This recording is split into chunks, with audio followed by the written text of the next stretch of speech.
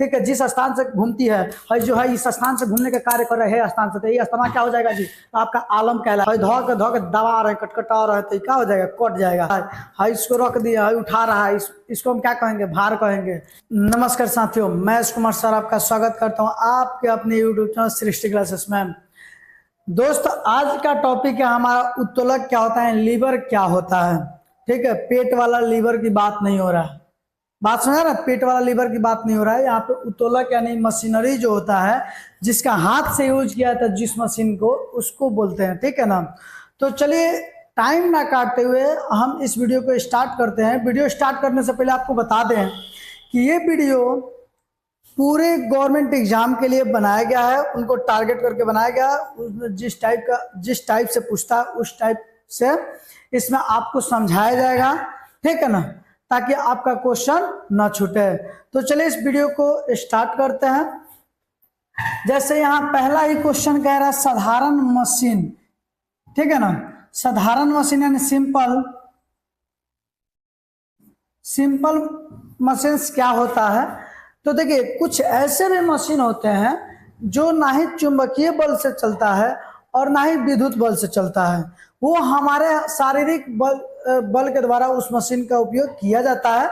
उस मशीन को हम कहते हैं साधारण मशीन कहते हैं। जैसे आप देखेंगे तो यहाँ परिभाषा देख लेंगे, वह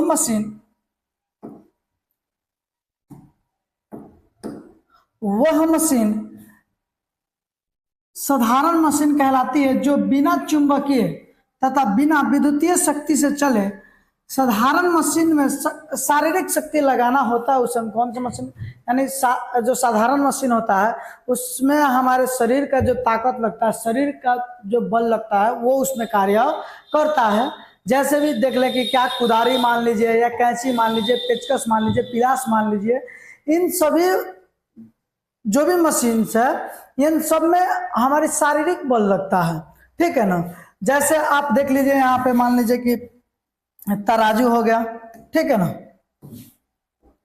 तराजू हो गया, कैंची हो गया, इसको हम क्या मशीन से चलाते हैं, दूसरा विद्युतीय बल से चलाते हैं, आकि चुंबकीय बल से चलाते हैं। तो दिन में से दोनों में से कोई बल से नहीं चलाते हैं, हम चलाते हैं अपनी शारीरिक बल से चलाते हैं। आगे हम देख लेते हैं कि इसमें अब एक यहाँ देखेंगे कि उत्तोलक यानी लीवर होता क्या है। तो ध्यान देंगे उत्तोलक आलम्ब।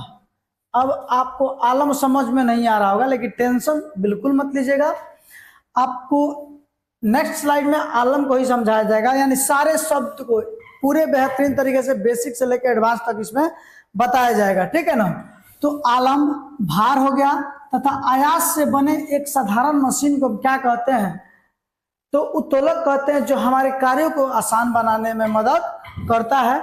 जैसे आप मान लीजिए तराजू ही हो गया, है कि नहीं। अब इससे हम अपने वस्तुओं को आवश्यकता जिस चीज की होती है वो हम जोखते हैं उसमें।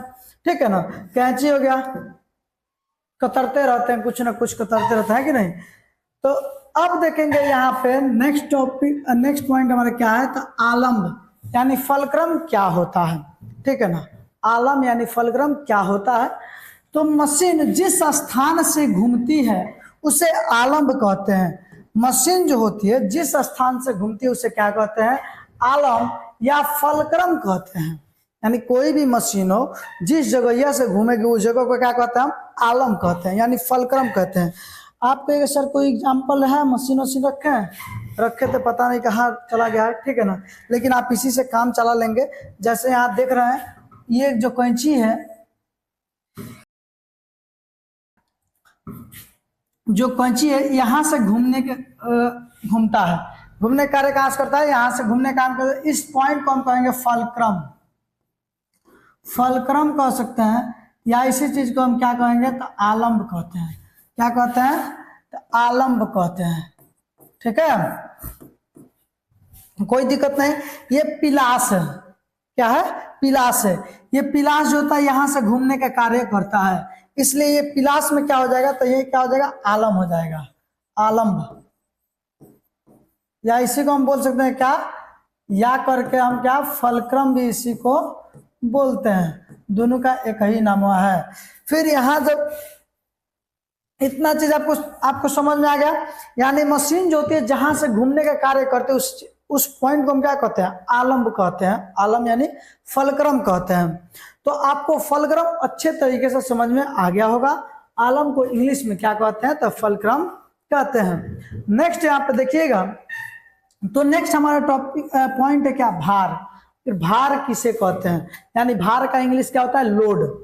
तो कह रहा मशीन जिस वस्तु को उठा रहा होता है उसे भार कहते हैं। जो भी मशीन हो जिस भी वस्तु को उठा रहा हो उसे क्या कहते हैं, हम भार कहते हैं। भार को इंग्लिश में लोड कहते हैं। अब मान के चलिए यहाँ पे जो ये मशीन जो देख रहे हैं, यहाँ पे इस नारियल को यानी कोको इसको रखा गया है। तो यहाँ पे क्या ना, तो इस ये जो वस्तु है इसको उठाने का काम यहाँ पे करते हैं, इसलिए क्या हो जाएगा, तो ये भार हो जाएगा। क्या होगा, भार यानी लोड हो जाएगा। ठीक है ना।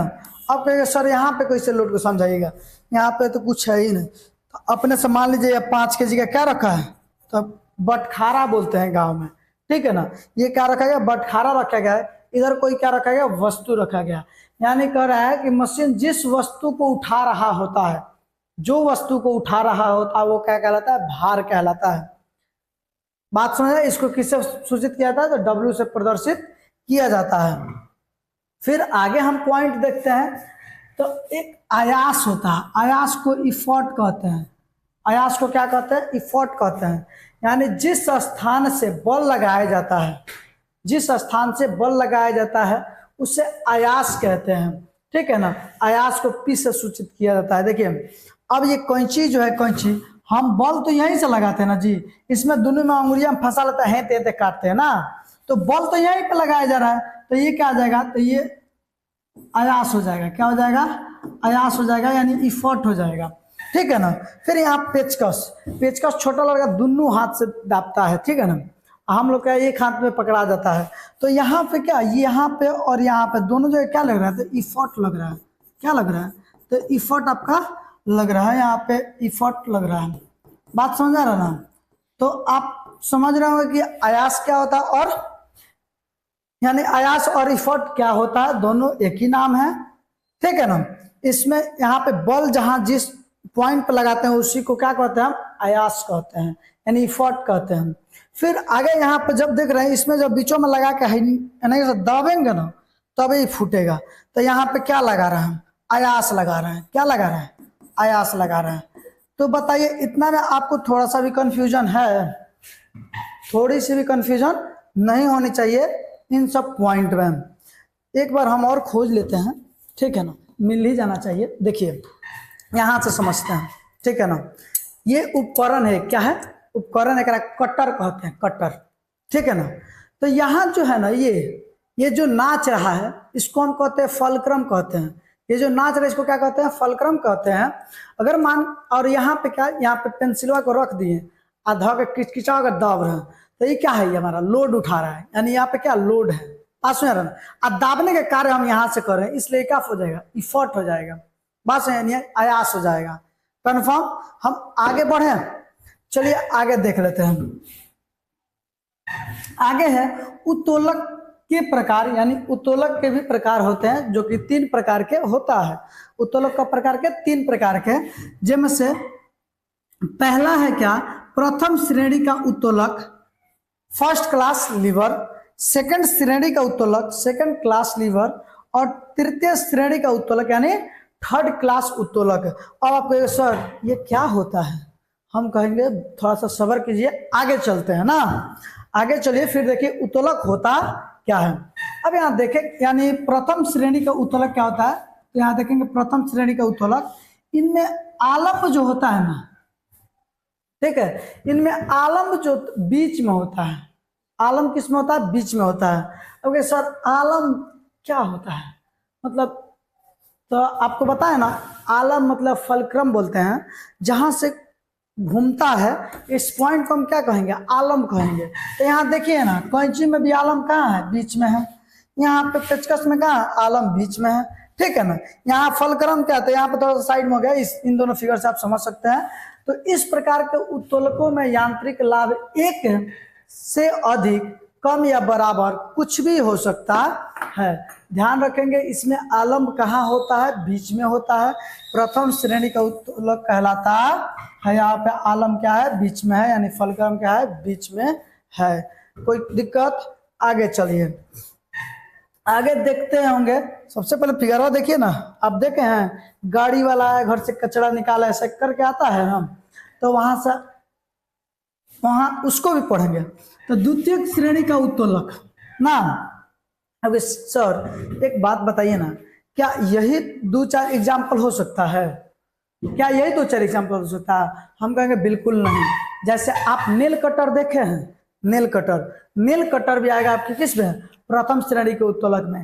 कैंची, पिलास, ठीक है ना, साइकिल का ब्रेक, ये सब किस में आएगा, तो प्रथम श्रेणी के उत्तोलक में ही आएगा। अब आवश्यकता अनुसार जितना समझाना था फिगर लगा दिया है हमारा टाइपराइटर, ठीक है ना, जिससे आपको सुविधा मिली समझने में।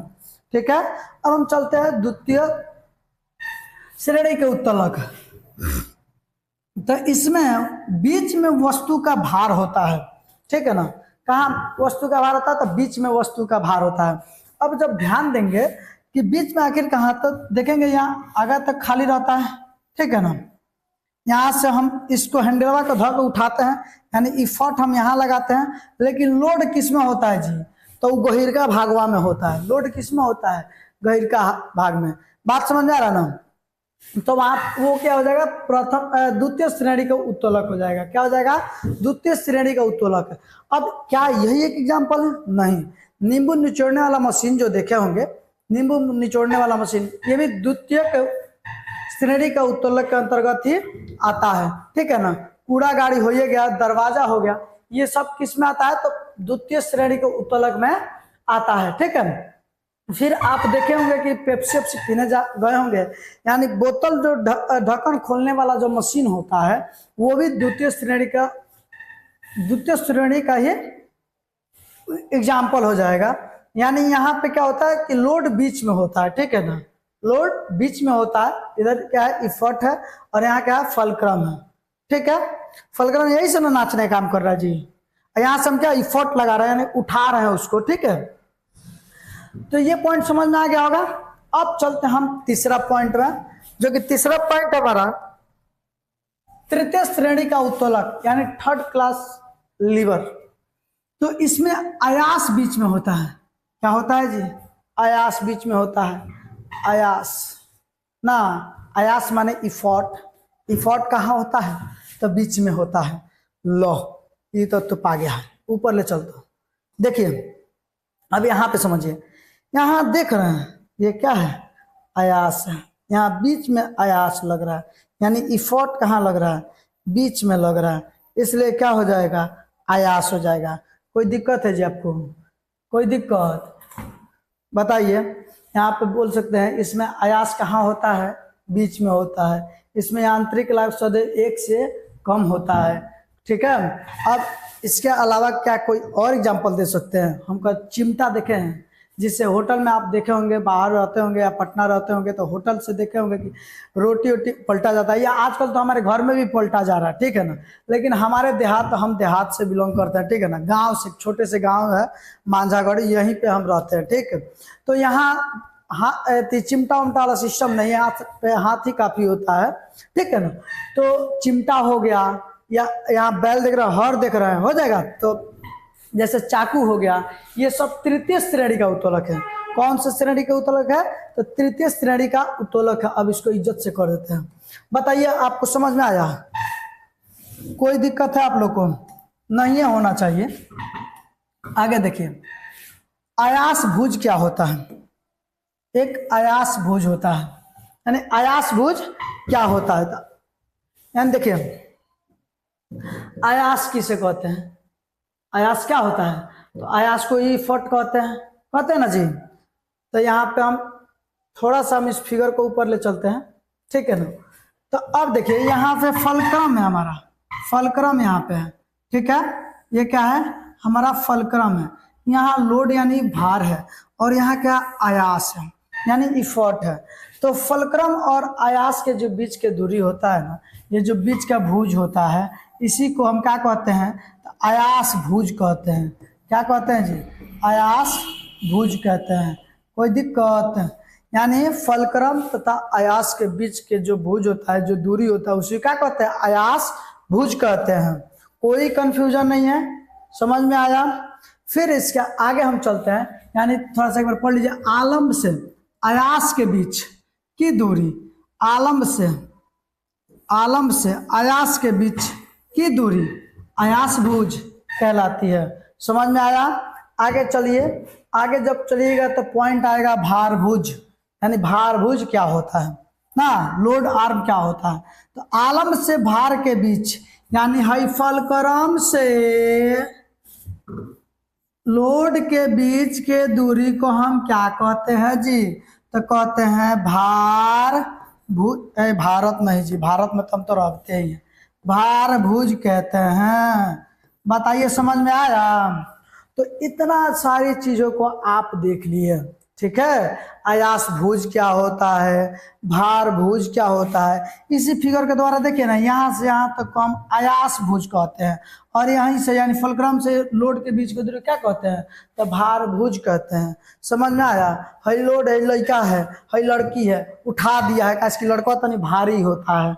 बात समझ में आ रहा है ना। आगे चलिए, तो आगे चल रहे हैं तो कुछ नहीं मिला ना, यानी यहीं पे हमारा वीडियो समाप्त नहीं होता है। एक बार चलिए रिवीजन देख लीजिए थोड़ा सा, यानी क्या होता है देखेंगे ध्यान से।